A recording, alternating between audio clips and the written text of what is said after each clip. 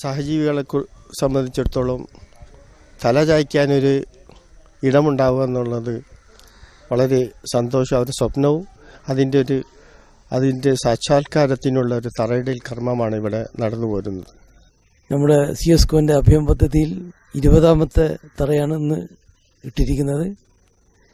അതിൽ രണ്ട് വീടുകൾ കുടിയിരുന്നിട്ടുണ്ട്. ബാക്കി 14ഓളം വീടുകൾ 14ഓളം വീടുകൾ ഫിനിഷിംഗ് സ്റ്റേജിലേക്ക് വന്നിട്ടുണ്ട്.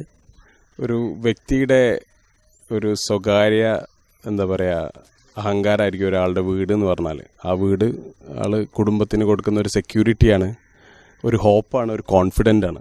എല്ലാവർക്കും വീടുള്ള ആൾക്കാരായിരിക്കും. പക്ഷേ പല ആൾക്കാർക്കും ഇത് നിർവഹിക്കാൻ അല്ലെങ്കിൽ എത്തിപ്പെടാനുള്ള ബുദ്ധിമുട്ടുണ്ടാവും. അത് സിഎസ്കോനെ പോലുള്ള ആൾക്കാർ ഇത് കണ്ടെത്തി ഒരാൾക്ക് വീട് ഉണ്ടാക്കാനുള്ള ഒരു ഇനീഷ്യേറ്റീവ് ഉണ്ടാക്കി കൊടുക്കുക എന്ന് പറഞ്ഞിട്ടുണ്ടെങ്കിൽ അത് വളരെയധികം നല്ലൊരു കാര്യമായിട്ടാണ് കണ്ടത്. അതുകൊണ്ട് തന്നെയാണ് ഇതിൻ്റെ ബാക്കിയുള്ള കാര്യത്തിൽ ഞാൻ സഹകരിച്ചത്. സോ ഇനിയും 20-200 ആവട്ടെ എന്ന് അനുഗ്രഹിക്കുക. മീൻസ് ഇതിനോടനുബന്ധിച്ച് ഞാൻ പറയാണ് 200 ആവട്ടെ.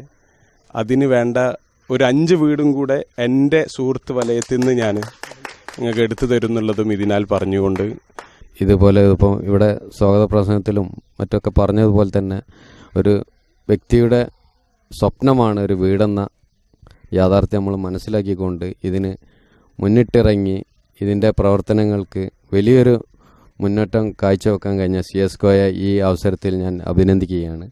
അപ്പം ഒരു വീടുണ്ടാക്കുക എന്നുള്ള ഒരു ലക്ഷ്യം, അതിൻ്റെ കഷ്ടപ്പാട്, അതിൻ്റെ നമ്മൾ തയ്യാറെടുക്കുന്ന അതിൻ്റെ സംഘാടകർക്കുണ്ടാകുന്ന ബുദ്ധിമുട്ടുകളൊക്കെ അനുഭവിച്ചറിയുന്ന ഒരാൾ എന്നുള്ള നിലയ്ക്ക് ഇതിലെന്തായാലും പങ്കെടുക്കണം എന്ന് ആഗ്രഹിച്ചതായിരുന്നു. സർവശക്തനായ അല്ലാഹുവിന് അനുഗ്രഹം നൽകി.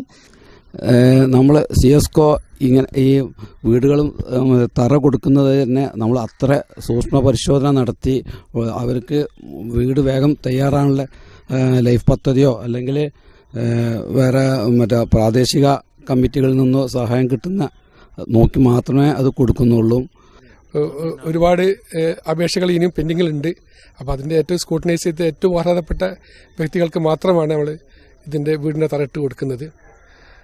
അതുപോലെ തന്നെ ഈ സുദിനത്തിൽ നമുക്ക് അനുസ്മരിക്കാനുള്ളത് നമ്മളെ PV ഉമർ കോയ സാഹിബിനാണ്. അദ്ദേഹം അഭയത്തിന് വേണ്ടി ആദ്യ കാലഘട്ടത്തിൽ വളരെയധികം നമുക്ക് കോൺട്രിബ്യൂഷൻ ചെയ്തതാണ്.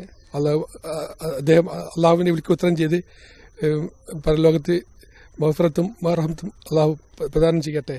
ആമീൻ.